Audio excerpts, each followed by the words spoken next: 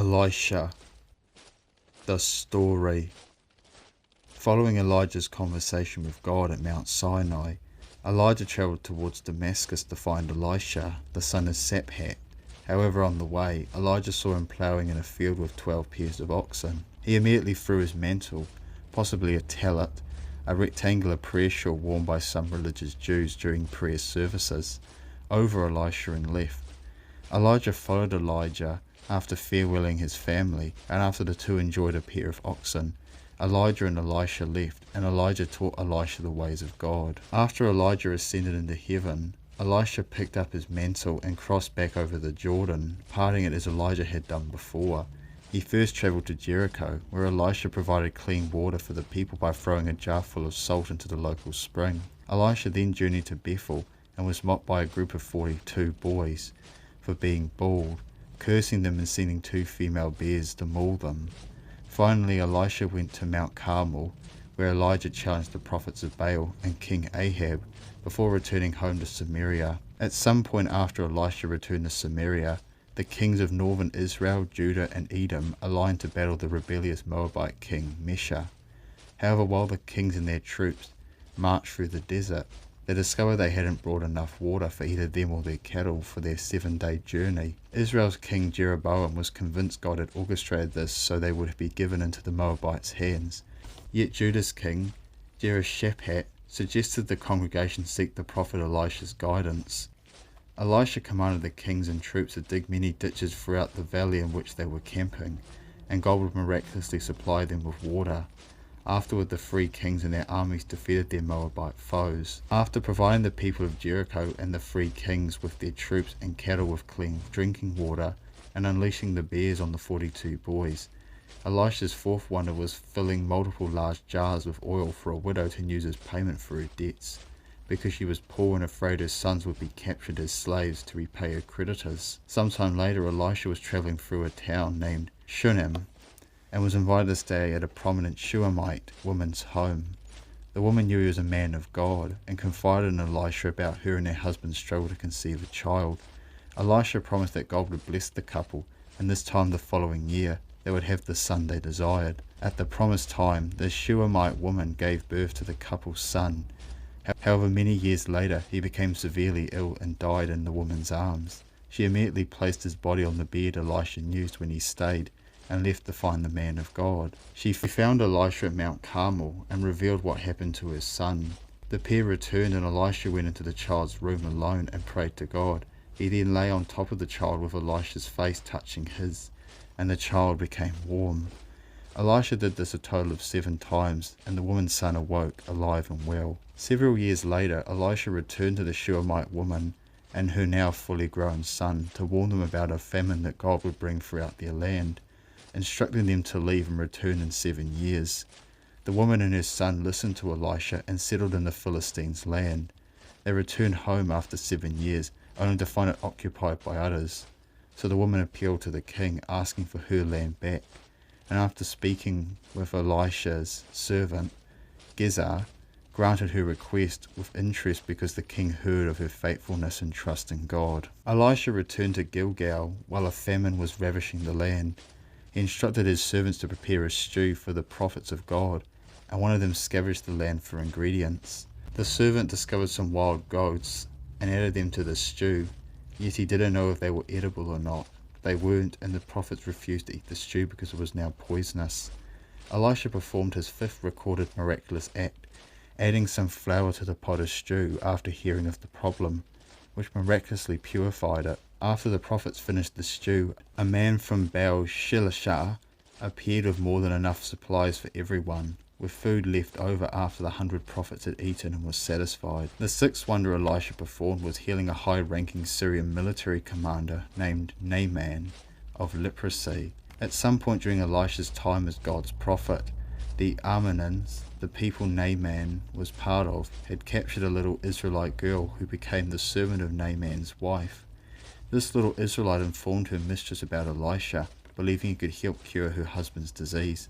Naaman's wife was interested and told Naaman, who was also curious, and told Ammon's king who permitted Naaman to go and sent a letter to Israel's king informing of Naaman's business. Elisha became aware the king had torn his clothes and headed to his palace to investigate. After hearing about Naaman and his condition, he agreed to help.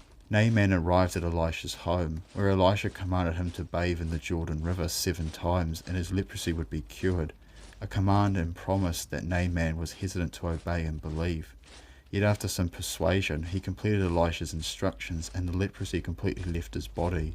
Naaman was ecstatic and hurried back to Elisha to express his gratitude, praise Israel's God, and offer Elisha a gift for his services, which Elisha firmly refused to accept. Yet after Naaman left, Elisha's servant Gezer chased after him, wanting the present for himself.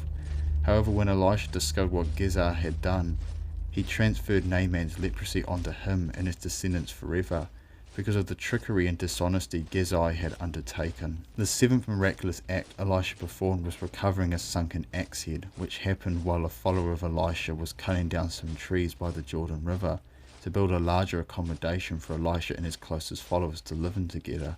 The workman was cutting a beam when the head of his borrowed axe flew off and landed in the water. Elisha threw a stick at the location the man told him, and the axe head floated to the surface. Sometime after this, the Arameans of Syria surrounded Elisha and his servant in Dothan, after the Aramean king learned Elisha had warned the Israelite king of their plans. One of his servants became scared at the large and imposing Syrian army approaching them, so Elisha asked God to open the servant's spiritual eyes, which he did, and the servant saw the grand and magnificent army of God, encasing them in the Syrians. God blinded the Syrian forces and led them from Dothan to Samaria, where they were defeated, captured, and sent back home by Israel. Yet the Syrian king, Ben-Hadad, and his troops returned to Samaria and ravished the city of everything they had, leaving it so disheveled the residents began eating their children to survive. The king of Israel was furious with Elisha for the situation in Samaria, placing the blame on him and threatening to kill him for the suffering of the people. To combat these accusations, Elisha promised God would provide an abundance for the Samaritans during this time of hardship. This was fulfilled when 4 lepers, who were spared during the Syrian siege of Samaria, ventured into Syria's camp during the night, seeing no disadvantage regardless of the result. When they arrived, the 4 found the camp completely deserted, possibly because the Syrians believed the Israelites would retaliate, and all their supplies still intact. The 4 lepers immediately returned to Samaria and informed the inhabitants of the good news, who instantly scavenged the supplies and officially fulfilled Elisha's words. After the conflict with Israel, Arame's king, Ben-Hadad, became very ill and sent his servant Hazael to Elisha for any prophetic wisdom concerning his recovery. Elisha confirmed that Ben-Hadad would fully recover and that Hazael would become his successor, but wept because Hazael's reign would bring great suffering to Israel. Hazael didn't believe the words concerning himself. However, the next day Ben-Hadad recovers and Hazael murders him, taking his throne and fulfilling the first half of Elisha's prophecy. The second half of Elisha's prophecy was completed throughout the remainder of Elisha's life and beyond, with King Hazael and the Arameans devastating Israel and their kings until his death shortly after Elisha's. Elisha died after becoming severely ill.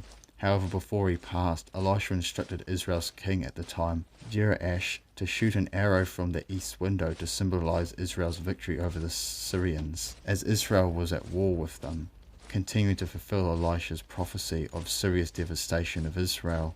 Joash did this a total of 3 times, which angered Elisha, who wanted him to complete the task 5 or 6 times, claiming Israel would be less successful in their upcoming battle. Elisha's miracles didn't stop even after he passed, with a man who was thrown into Elisha's grave miraculously revived to life, showing that Elisha's faith in God was still strong even after death. Digging deeper. We'll spend this section by investigating Elisha's connections with Jesus, known as typology theology. Typology theology looks at events and figures in the Old Testament that allude to Christ, with Joseph, Melchizedek, Samson, Job, and King David as other examples. The first is their anointing. Although Elisha was crowned Elijah's successor while ploughing his field, and Jesus at his birth, both officially started their ministry at the Jordan River. Elisha, after collecting Elijah's mantle from the riverbed, and Jesus following his water baptism by John the Baptist. The remainder of the connections are found in the miracles the two performed, with many of them sharing eerie similarities. The first is Elisha raising the Shunammite woman's son from 2 Kings 4:18 to 37, and Jesus raising the widow's son from Luke 7:11 to 17, as Jesus and Elisha resurrected a woman's dead son. Yet Jesus also performed a similar miracle in John 4:43 to 54, when he healed the official's son. This is similar since the official's son didn't die before Jesus cured him. And in Matthew 9, Mark 5, and Luke 8, Jesus healed and raised an official named Jairus' daughter from the dead, with the obvious difference of one is a boy and the other a girl. You could also argue that Jesus' resurrection of Lazarus is comparable to the Shunammite woman's son. However, it's weak because the only link is someone was raised from the dead. The next is Elisha healing Naaman's leprosy in 2 Kings 5:1 to 14, and Jesus healing the leper from Matthew 8, Mark 1, and Luke 5, and healing the 10 lepers from Luke 17:11 to 19. These wonders are connected because both Jesus and Elisha cured leprosy, but you could also link any other time Jesus healed someone from a severe or incurable disease. Another is Elisha opening the spiritual eyes of his servant in 2 Kings 6, and the many occasions when Jesus restored people's physical sight. Although not the same, as one is physical and the other is spiritual, both involve sight. Fourth is Elisha feeding 100 prophets with 20 loaves of bread in 2 Kings 4:42 to 44, and Jesus feeding the 5,000 with 5 loaves and 2 fish in all 4 Gospels, and the 4,000 with 7 loaves and a few fish in Matthew 15 and Mark 8. And finally a weak one, but Elisha purifying the water in Jericho from 2 Kings 2:18 to 22, and Jesus transforming the water to wine from John 2:1 to 11. Similar because both changed a liquid the people didn't want into one they did want. These comparable miracles the two performed during their ministry helps link this strong connection between Jesus and Elisha. What to learn? What should we take away from Elisha's time as God's prophet? Like his mentor Elijah, I believe Elisha presents us with an amazing model of faith, trust, and love for God. The Bible records many examples where Elisha demonstrates this devotion to God's people, including curing Naaman's leprosy, providing water for Israel's army in the desert, and resurrecting the Shunammite woman's son, and many cases where Elisha expresses his commitment to God, including opening the eyes of his servant so he could see God's power, and helping the Shunammite woman and her son reclaim their land. In conclusion, Elisha is a great example of a faithful and loyal relationship with God. How does this apply to us today? Like Elisha listened to and followed the direction and guidance of his mentor Elijah, we should adhere to the teachings and commands of our Master Jesus Christ. The 4 Gospels and the writings of the Apostles record the morals and ideas Jesus teaches so we can live a full life that is pleasing to himself and God the Father, as Elisha did by faithfully following Elijah's lead, continuing Elijah's legacy of devotion and loyalty for the Israelite people and God. As Elisha leads people to trust God like the widow and Shunammite woman, we too will lead others to trust the Lord if we demonstrate a commitment to God and his ways.